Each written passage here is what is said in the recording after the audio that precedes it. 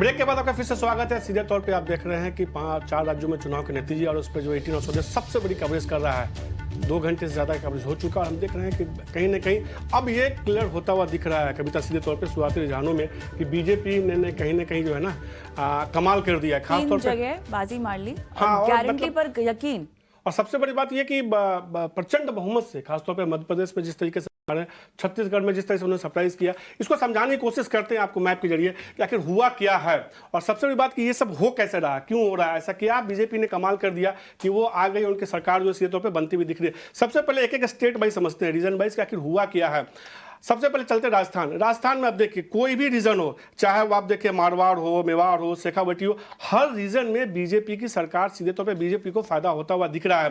Congress 63 seat पे, BJP 114 seat पे है। 199 सीटों पे वोटिंग हुई थी और जो जीत का बहुमत का आंकड़ा उससे काफ़ी ज़्यादा है। 100 से ऊपर का जो है इनको चाहिए था बहुमत के लिए और 114 के आसपास है। तो अपने दम पे वापस से एक रिवाज जो है राजस्थान में सीधे तौर पे कि सरकार बदलती है हर साल, वो हर एक चुनाव के बाद वो रिवाज बनती भी दिख रही है। लगातार ये चर्चा थी कि जिस तरीके से राहुल गांधी राजस्थान में उन्होंने लंबा समय बाहर जो यात्रा के तौर पर उन्होंने गुजारा, उसका फायदा होता हुआ दिखेगा, लेकिन वो नहीं होता हुआ दिखा। अब दूसरे स्टेट की तरफ बढ़ते हैं, मध्य प्रदेश की बात करते हैं। मध्य प्रदेश में देखा है कि मध्य प्रदेश में गजब का कमाल देखने को मिला है। कह सकते हैं कि राजस्थान के उलट मध्य प्रदेश में 155 सीटों पे फिलहाल के लिए रुझानों में जो है बीजेपी आगे चल रही है। और तमाम इलाके देखिए, चाहे बुंदेलखंड का इलाका हो, चाहे ग्वालियर चंबल का इलाका हो, मालवा मेवाड़ निमाड़ का रीजन हो, सभी रीजन में सीधे तौर पर बीजेपी क्लीन स्वीप करती हुई दिख रही है और अपने दम पे कह सकते हैं कि सरकार अब बनाती हुई दिख रही है। और इसमें ये शुरुआती रुझान है, लेकिन अब ये कह सकते हैं कि चुनाव जो इलेक्शन कमीशन के आंकड़े आ रहे हैं उसके मुताबिक अब इन दोनों स्टेट में खासतौर पे राजस्थान और मध्य प्रदेश में बीजेपी की सरकार सीधे तौर पे बनती हुई दिख रही है। अब आते हैं छत्तीसगढ़ के बाद। छत्तीसगढ़ में सबसे सरप्राइजिंग ये देखा है, सबसे बड़ी बात छत्तीसगढ़ के संदर्भ में मैं अभी बता दूं आपको कि वहाँ के जो अभी मुख्यमंत्री भूपेश बघेल वो भी पीछे चल रहे हैं।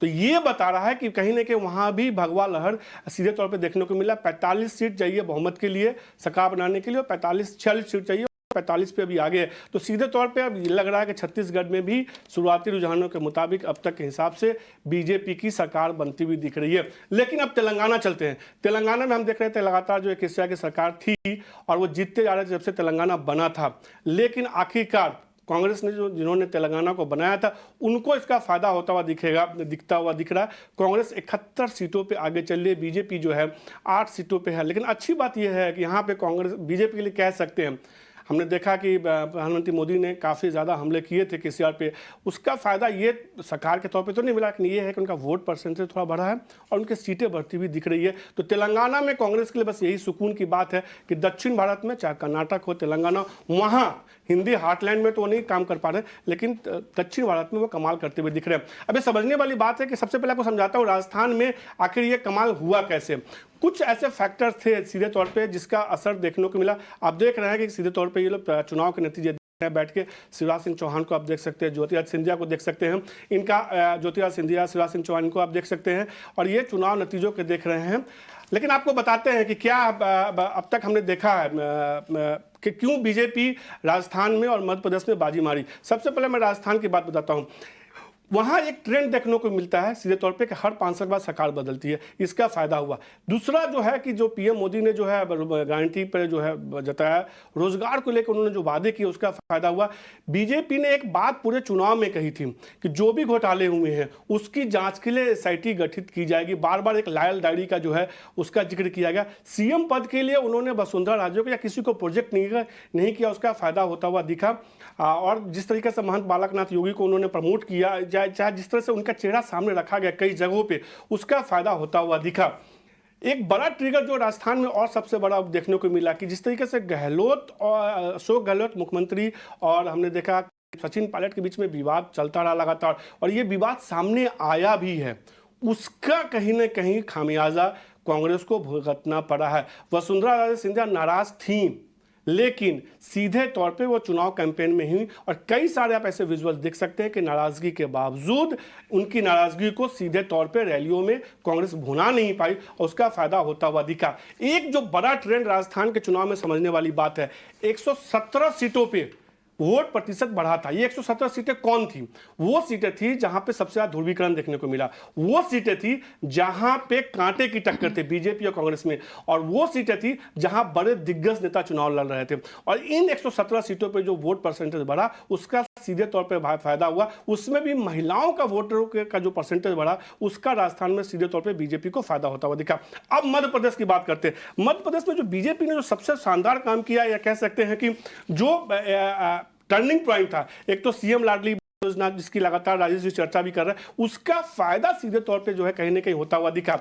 एक जो चीज आपने देखा होगा कि पूरे चुनाव के दौरान शिवराज सिंह चौहान जो मामा के तौर पे वहां जाने जाते हैं, उनका एक विजुअल काफी वायरल हुआ जिसमें वो मंच पर रोते हुए दिखे, और ये उन्होंने कहा कि शायद मैं इस चुनाव के बाद अब मैं जो हूं राजनीति से बाहर निकल जाऊंगा, राजनीति में नहीं रहूंगा। उसका फायदा कहीं ना कहीं इमोशनल कार्ड के तौर पर फायदा होता हुआ दिखा बीजेपी को कि अब शायद वो नहीं रहेंगे तो एक बार उनको जिताया जाए। लेकिन इससे जो बड़ा जो बीजेपी ने एक संदेश दिया है पार्टियों के लिए, उन्होंने 7 बड़े सांसदों को कहा कि आप चुनाव लड़िए।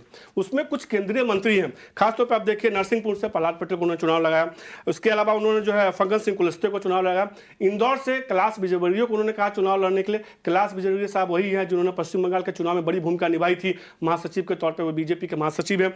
इसके अलावा रीति पाठक को उन्होंने उतारा। तो सीधे तौर पर उन्होंने सीधे तौर पर सांसदों को कहा कि आप जाइए का चुनाव लड़िए, और उसका फायदा जो है कह सकते हैं माहौल बनाने में होता हुआ दिखा।